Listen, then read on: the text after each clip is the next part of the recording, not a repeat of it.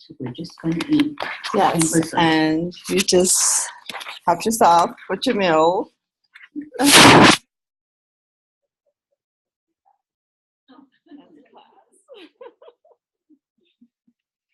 actually, as you know, I am a student at Aleph, and one of the classes that I'm taking, my final class, is Women and Christian Theologian from the Global South.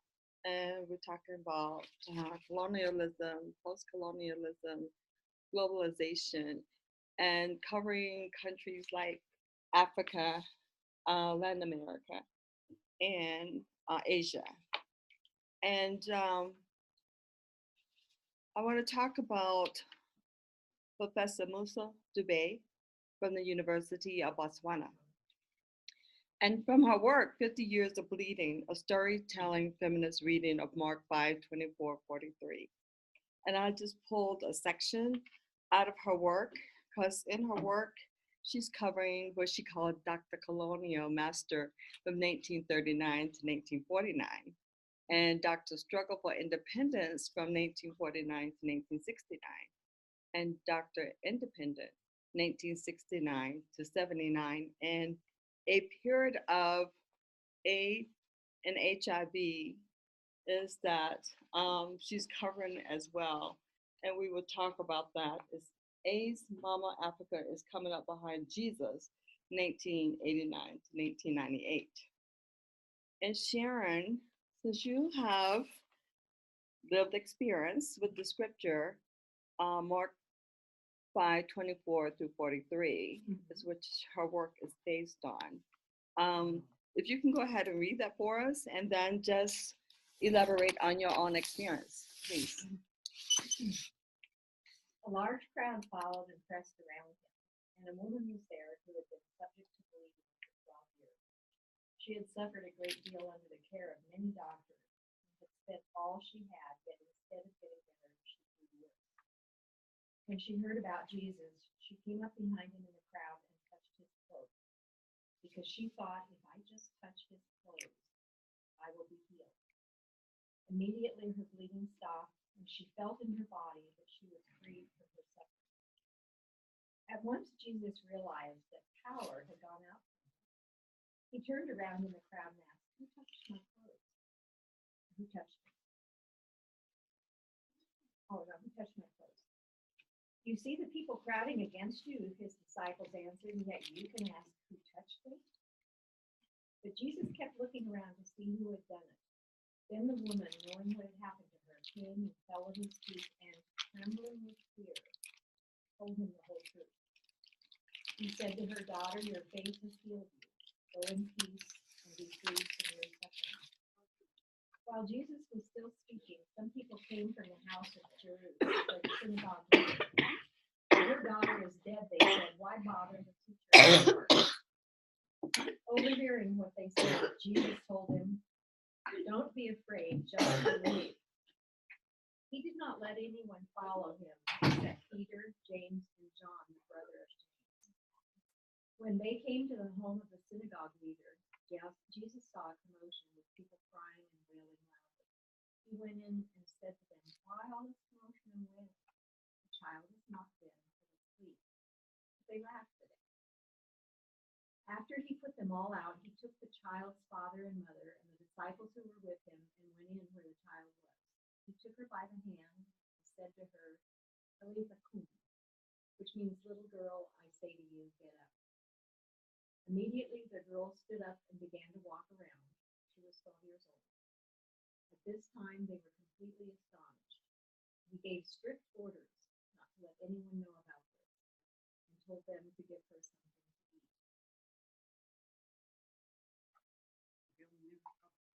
Yeah,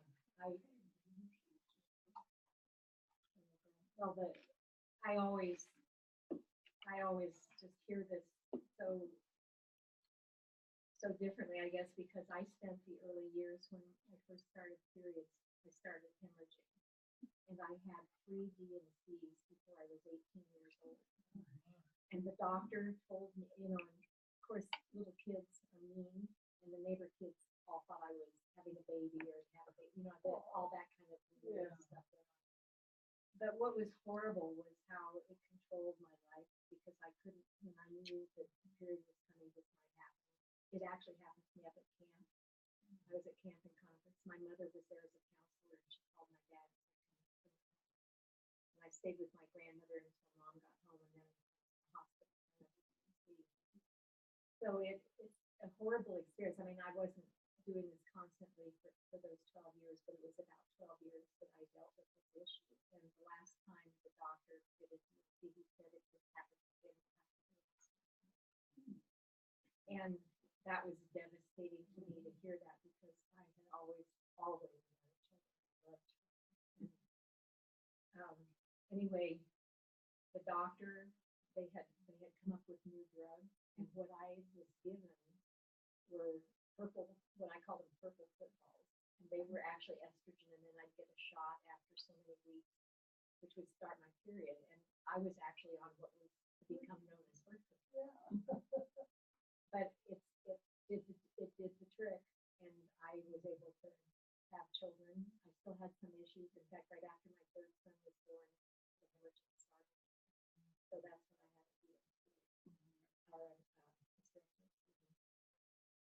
but it's a horrible thing to live with because you're always on edge. Yeah. I remember I was in a piano recital, stood up, and my dress was bloody on the bottom. Oh. It was. How old were you then? I was a teenager. I was in junior high school, and I dealt with this during junior high school. It was awful. And I would get up from a class and run to the bathroom and pray that I'd be okay for the next 2 hours. Yeah. What an awful hard way to live. It was horrible. Yeah. It was horrible, and it really was traumatizing. So especially at that time in your life when everything was so important. It would be hard at any time, really, but when you're a teenager. And that was my introduction to menstruation, so I wasn't really impressed with it, believe me. That's terrible. In fact, I always said one of the happiest days of my life was the day I got this. Right. I know when my daughter started hers, she was, I want to be a boy. I want to be a boy. Well, and I can understand the fear that she had, because to have something when the doctor could start giving me these drugs, to control my periods, it was like if it would have been a miracle. This always catches me because I've experienced the awfulness of that. Yeah. So, yeah, thank you for sharing. yeah. And actually, in this passage, our teacher had us to look at this passage and said, look at it from a woman perspective of gender, through the gender lens of how women are portrayed in this passage. And what was pointed out to us, if you look at this, there's no names of the women in this passage. Right. But if you look at the men, there are names. James, John, the brother, and Jesus. And so, from a post-colonial perspective, this is what Musa Dubé, and I forgot to say that she is a biblical scholar based at the University of Botswana, and she studied the New Testament in the University of Durham in UK and Vanderbilt University, USA. And her research interests include gender, post-colonial translation, and HIV and AIDS studies. And she's a member of a circle of concerned African women theologians, Society of Biblical Literature in the United Methodist Church. And so she basically is teaching women to look at the scripture, how we are classified. And we look at these third world countries where they're dealing with oppression, classism. They just don't have the privilege as we would say Northern American white women, the white privilege. And then when you look at this, how does lady suffer under the care of the doctors? Do they give her the right medication? Do they treat her fairly? So Sharon, do you think that they were giving you the right medication? How do you with your struggle? Well, as a young teenager, of course, I was very hurt by all of this happening. I would start saying, why is this happening to me? The doctor that I had, though, he was wonderful, Dr. Andrew. He was was just a great person. He helped me and tried, helped me understand what was going on. And I never felt, and of course I was a young teenager, so you kind of don't know how you should handle these kinds of things. But he was always very kind and understanding. And he really wanted to help. I mean, I don't think he relished having me go into surgery. But in those days, that was all there was. And I was young and not nearly as strong spoken as I am now. Right? Deal with it much differently. Just starting your period. Yeah. Yeah. Yeah, good. Well, glad you will help. Yeah. Now, when it comes to Africa, the people in Africa didn't have the privilege, with the medication to help with HIV/AIDS. So I'm going to read this story from Musa Dube's work. It's called HIV/AIDS. Mama Africa is coming up behind Jesus. And this is the era 1989 to 98. And she's basing this reading on the scripture that you just read, Sharon. Do you need to film this for yourself? No, I don't have to. Okay, I don't know. Well, I like for you all's reaction. Can you guys see yourself in here? Okay, Okay, great. Okay. And I want you to listen and put yourself as a caregiver, which was a caregiver, and just compare the story and see what you take from it or what resonates with you. Still bleeding and searching for healing, Mama Africa is struck by a new disease, HIV/AIDS. She is now a nurse. She runs home-based care centers for her dying children and people. She washes them, feeds them, holds them in her arm and rocks them, singing a little song while she awaits their death. And when they finally die, she rises to close their eyes, to wipe them and bury them. Mama bears in her own flesh the wounds of their suffering, and they died in her loving arms. Mama Africa was burying this morning, and this afternoon she will bury again. And tomorrow morning she will put away yet another of her precious gems. And in the afternoon she will bury again. At this very moment, Mama Africa is nursing a sister, an uncle, a brother with one hand. And with her other hand, she is holding a dying child and feeding many orphans. She had closed many homes and villages, and she will close many more. Mama Africa is once more confined, caring for the sick and dying.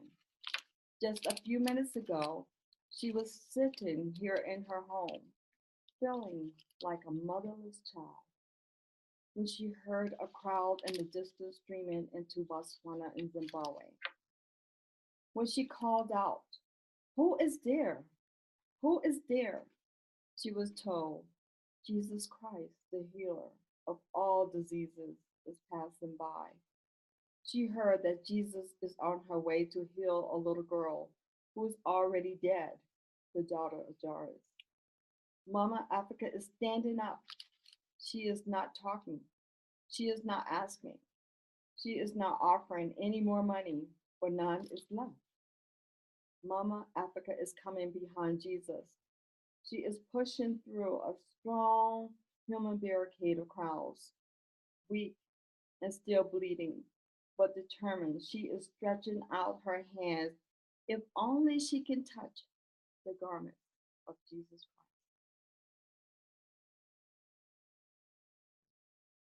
Does anything resonate with you? No. One, Sherry. Well, it's exactly as we're seeing here. And I'm sure from what I'm getting from the story is that it was the first of the AIDS crisis. So people didn't know if it was contagious at that point. So to be a caretaker could mean that she lost her life too. I thought of that when you read. Didn't she know? Was she afraid that she would catch it? Because we didn't know. Yeah, people didn't really know how to handle disease, and also the medication was not available. Thinking about a country that was colonized, and then even the post-colonial period, do they really have access to the medication? You know, I always use the example of Magic Johnson. Magic, played with the Lakers. When he was diagnosed with HIV, and he had to quit the Lakers team. And today, Magic's still alive. With the money, the resources he had available, and he's healthier than most men I know. So, and you have to wondering what is really happening in Africa, the struggle that they have. Even if there are medications, it's beyond their means. Exactly. So many children died just from that stroke. I remember when it was so prevalent, even our thinking over here. And my cousin's son was diagnosed with AIDS, who lived down here.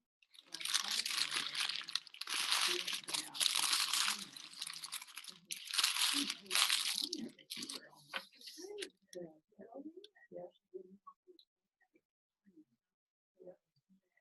Well, how many times did you hear the bigoted statement?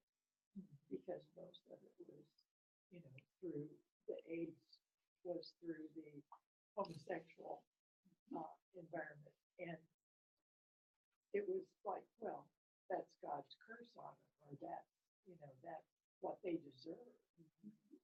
And you think, how could people be that cruel? Right, and you're right. I don't think it was a curse, God's curse. Oh, no. Oh, no. It's a decision that these people make. No. But what happened to me is why I resonated with Musa today from Botswana. But I actually went to Botswana for my small business. The embassy of in Washington D.C. of Botswana embassy arranged a trip for me to meet their government. And Department of State said to me, if you're going to do business in Botswana, you have to hire 3 people for each position. And I said, why? She said, because the life expectancy of the people with AIDS in Botswana. I go, oh my gosh. So I flew from Denver to Washington, D.C., and I got on South African Airways to fly to Johannesburg. And I met a lady, she was a white female, who's been traveling throughout Africa for 25 years, early childhood education. And so it was just the 2 of us in the middle section of the plane. And so we had a conversation. She was schooling me on how to travel in Africa. It's my first time. And so she told me, if you're in an accident and you need blood, do not take blood, take plasma. If they offer you fish, there's no water in the area, do not eat the fish. And make sure that the food that you do eat is, that is well cooked. And she said in Botswana, it's 1 out of every 5 persons affected with HIV. And so when I got to Botswana, I was scared to death. I flew to Johannesburg, 17 hours, spent the night, and got up the next morning, flew to Botswana. Very nice country. The media does not do justice to Africa or for Africa. They show you all the poor people, the kids starving with a big stomach. Beautiful country, beautiful homes in the villages. But what Musa said, the burying of people, morning, noon, evening, I saw that. And it's still vivid today. All these funerals. So as caregivers, could you imagine? you know, that you are taking care of people and they're just dying left and right.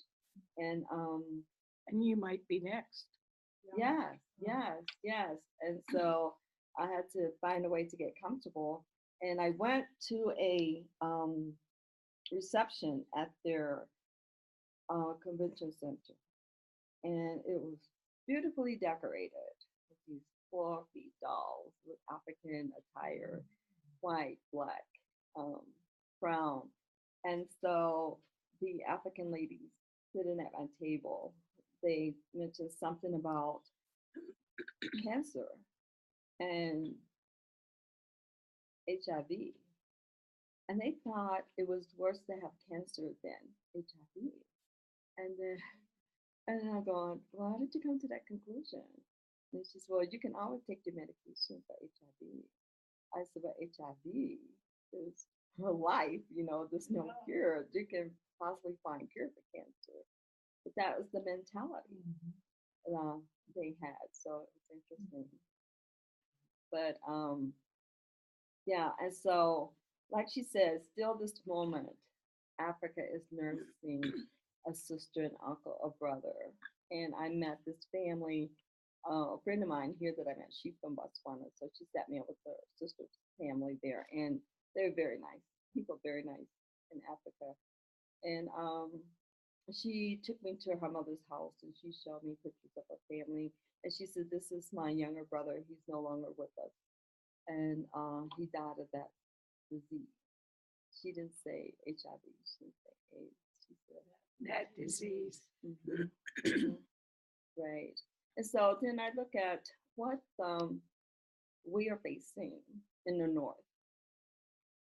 I know the epidemic of AIDS is here, is prevalent, but I think we are dealing with cancer, Sharon, just like you shared with us this morning, you know, and you, prostate cancer, pancreatic cancer, breast cancer, it's just so much.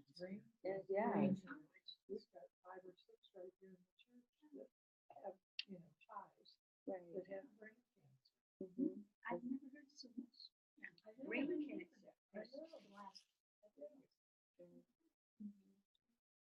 Well, this is theoretical, but I don't think it's any more important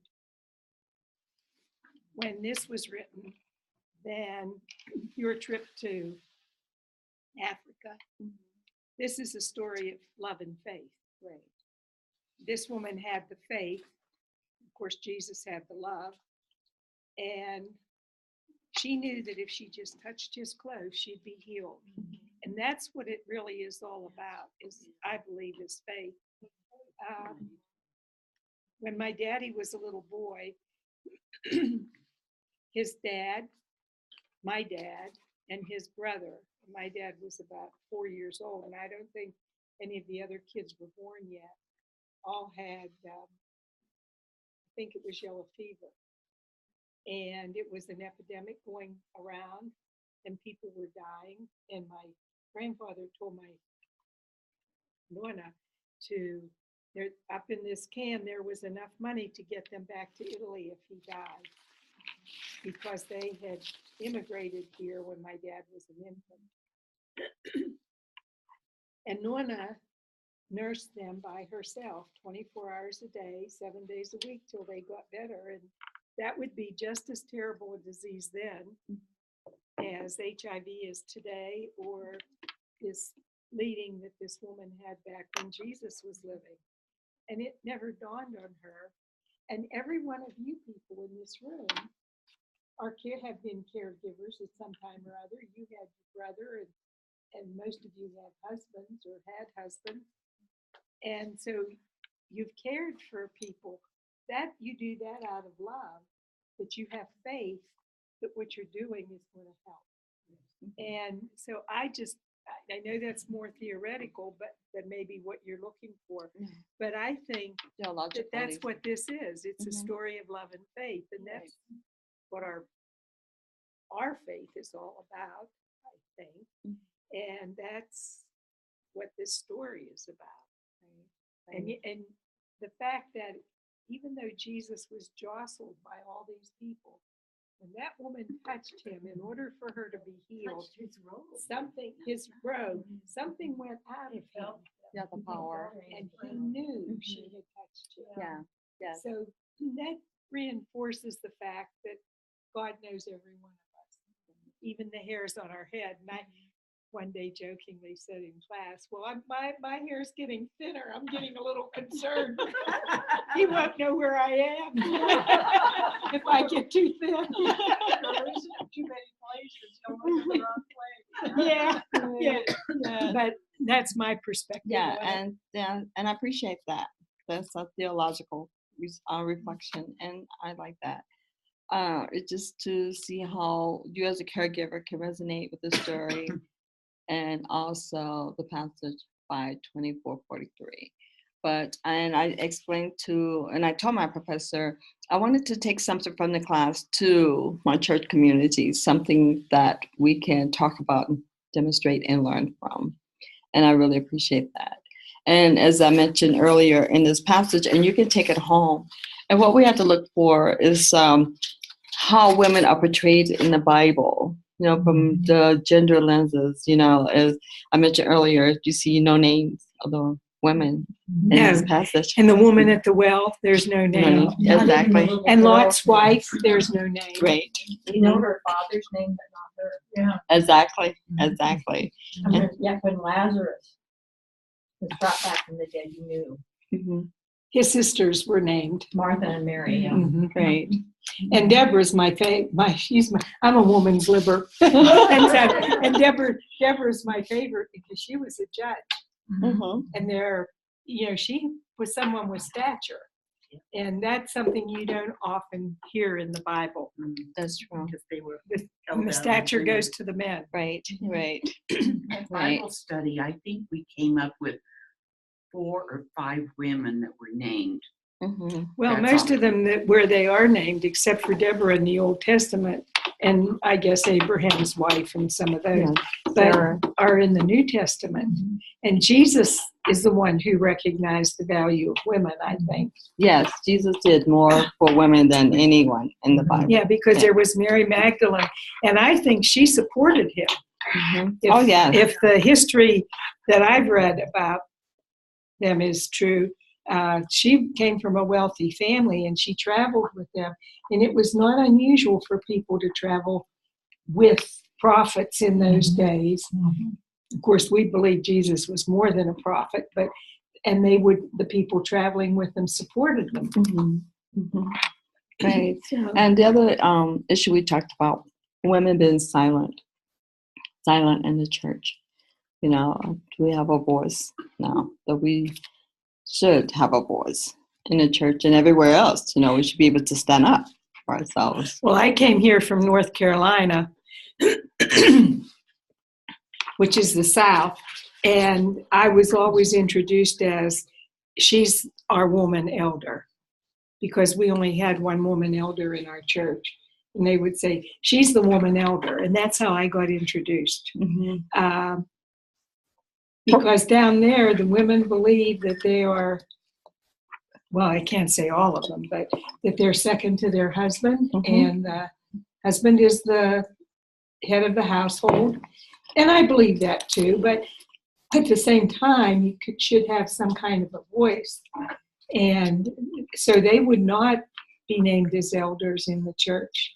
But I don't think when I first joined Central, it seemed like I can remember when there were first women elders in this church. Wasn't Well, I think Rachel Toll, wasn't she the first? The first, I think. Or I don't know if I got the right person, but I think it was Rachel who was the first. So that of course, I've been with here for over 40 years. I don't remember when that happened. Right. Well, great. I know time's running out, but I want to thank all of you for your participation and being a part of this final project for my class. Thank you. I was very interested to know what your little program was going to be while we were eating. I knew you were going to do something, but I wasn't sure. Oh, you weren't sure what it was? What was the name of her book? It's just the name of the paper. Oh, a paper that you wrote? Yes, and it is the 50 Years of Bleeding, a storytelling feminist reading of Mark 5:24 through 43. Oh, okay. And it's Musa Musa W. Dubé. Great. Yeah, she's done a lot of work, and how we should study the Bible as well. So it's always been